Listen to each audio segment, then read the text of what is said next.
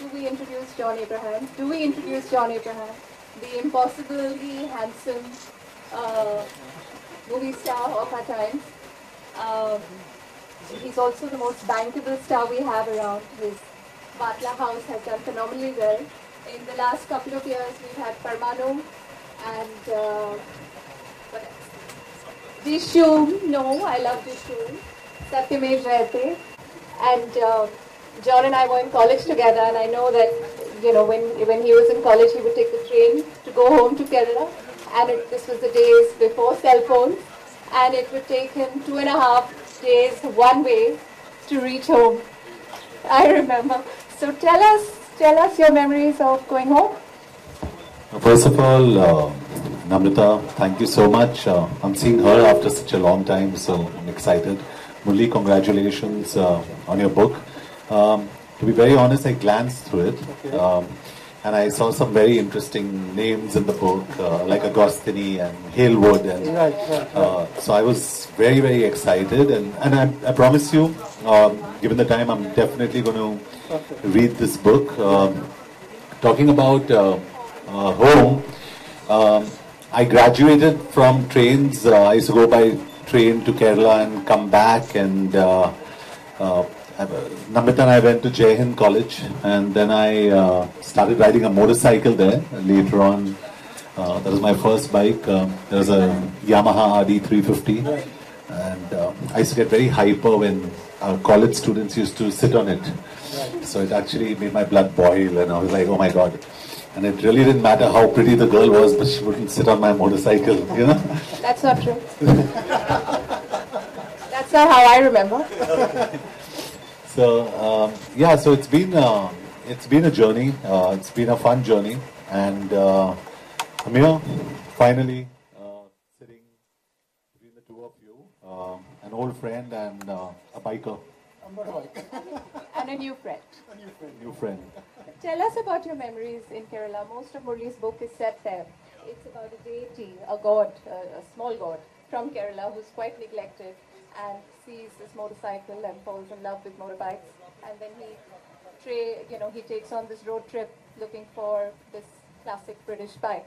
But tell us a little about your memories of Kerala. Kerala, I've spent 1 or 2 months a year of my entire life practically, barring the last 15 or 17 years, going back home to a place called Alvai in Kerala, where my father was born. And we don't have too many people there, but I still keep going back there once in a way. It's a beautiful place. I love the Kerala breakfast. I love puttus, I love appams, and I enjoy that space. So going back there is always going back to one part of my home. So the other part of my home, of course, is Bombay, like we called it, because mom's from here. So the two sides of me, but definitely going back is a lot of fun. I don't know your political leanings, and I don't want to go there right here, right now. But why do you think Kerala has not been Modified? What makes Keralites different from the rest of us? That's the beauty about Kerala, and I think it's fantastic, and Murli can vouch for this. You can see a temple, a mosque, and a church within like 10 meters of each other, peacefully coexisting without any problem whatsoever. Am I right, Murli? There's absolutely no issue there. So, seeing what's happening to the world today, and the entire world is getting very polarized. I think Kerala is an example of a place where religion and communities can coexist so peacefully. The other extreme is, I still remember when Fidel Castro passed away, I went to Kerala, and that was the only state where they had his posters and his hoardings all over to mourn his death. So Kerala is really communist in and I see that in my father also. Yeah, my father was he was, I wouldn't say, he made me read a lot of Marxist philosophy, and so I just went through a lot of stuff. But there is a communist side of in a lot of Mallus, like we call ourselves, Mallus. So I think that's fantastic because we all believe in equitable living. We believe in equitable distribution of wealth, and I think Kerala is a shining example of that. It's a beautiful answer. Tell us about the famous RD 350. When we were growing up, it was like the cool guys, cool bike, and I remember how much you sweated to get it.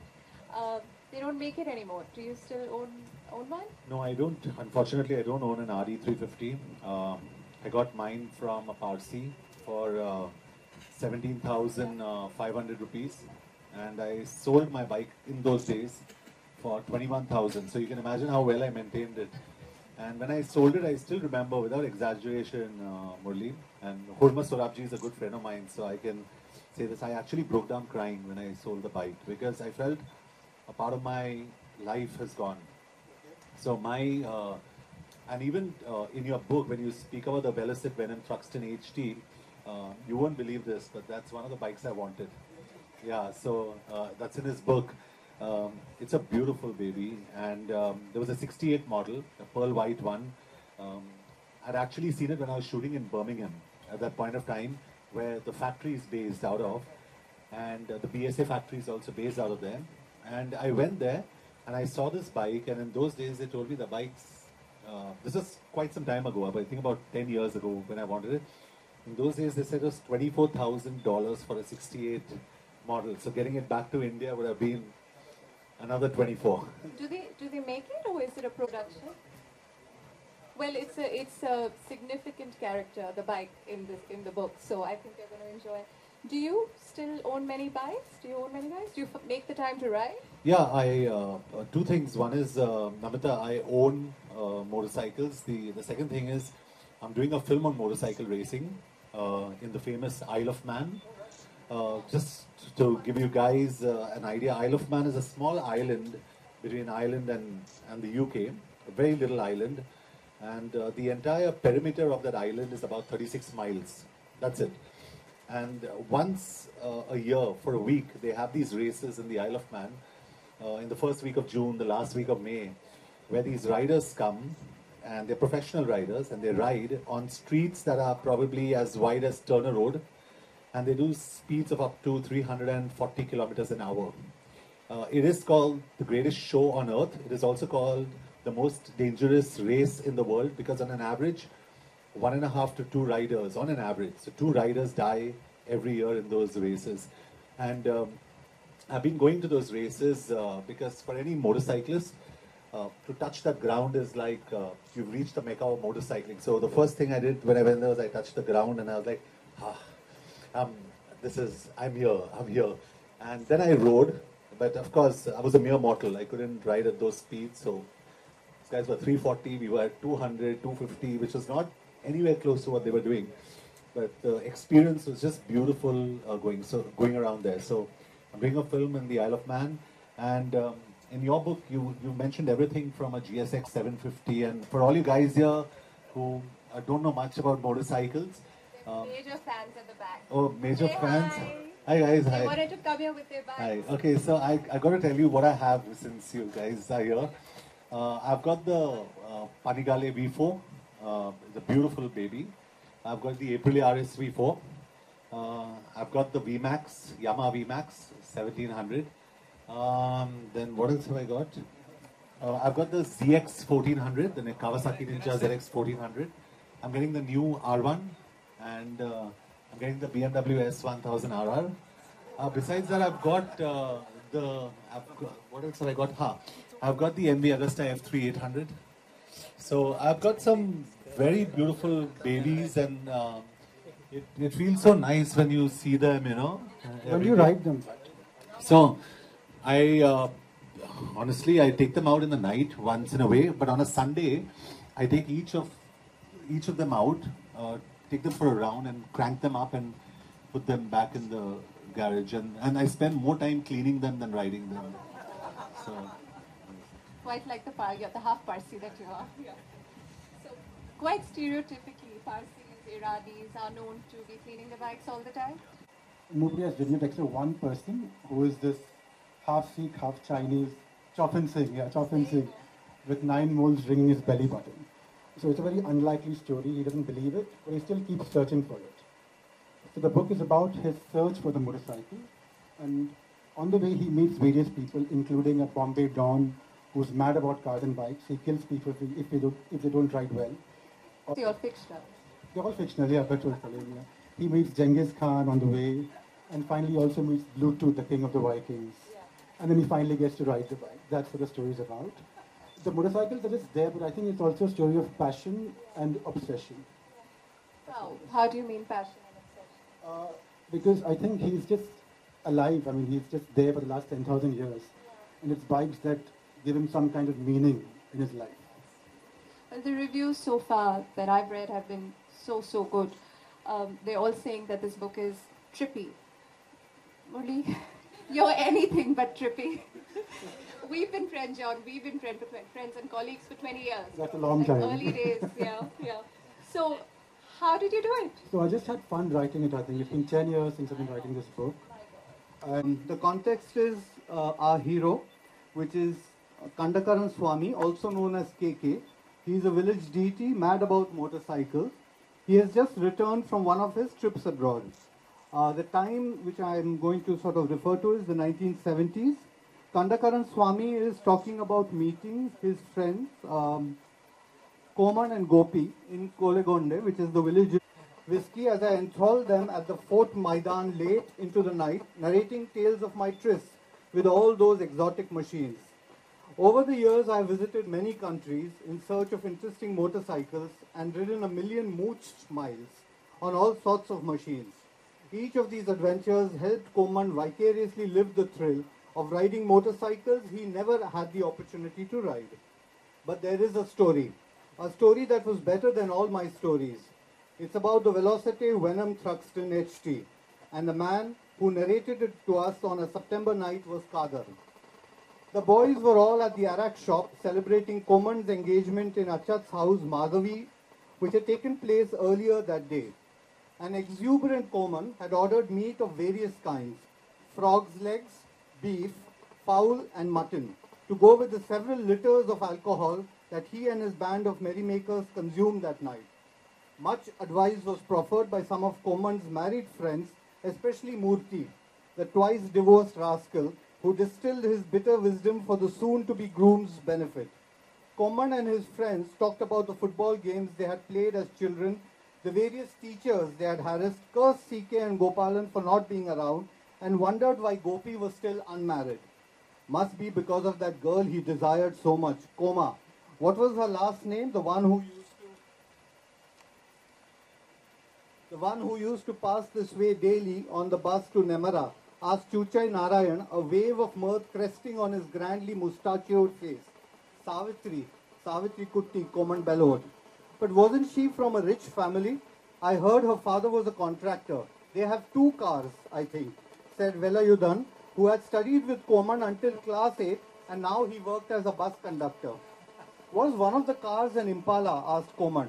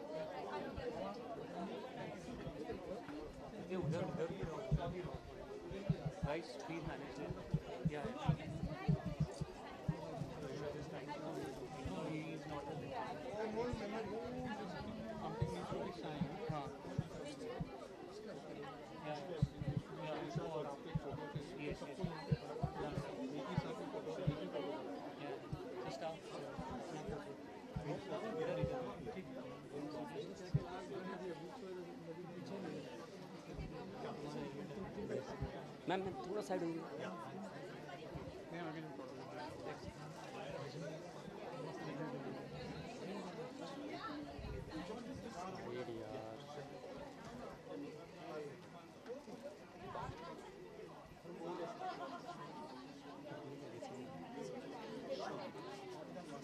मुरली का ये जो किताब है ये launch हुआ है the God who loved motorbikes, motorcycles के ऊपर है और काफ़ी इंटरेस्टिंग बुक है। मैंने कुछ इसमें से कुछ पढ़ा है लेकिन आप मुरली से पूछिए इसके बारे में क्योंकि I think it's a wonderful experience और जिस तरीके से इन्होंने इसमें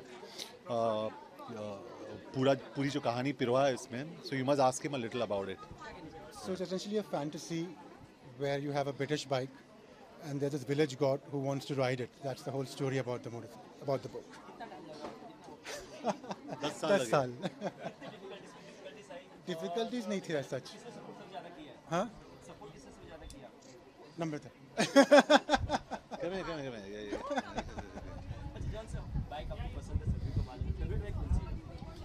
बहुत सारे बाइक्स है लेकिन मेरे सबसे फेवरेट बाइक यामा RD 350 है क्योंकि पहली बाइक थी उसके लिए।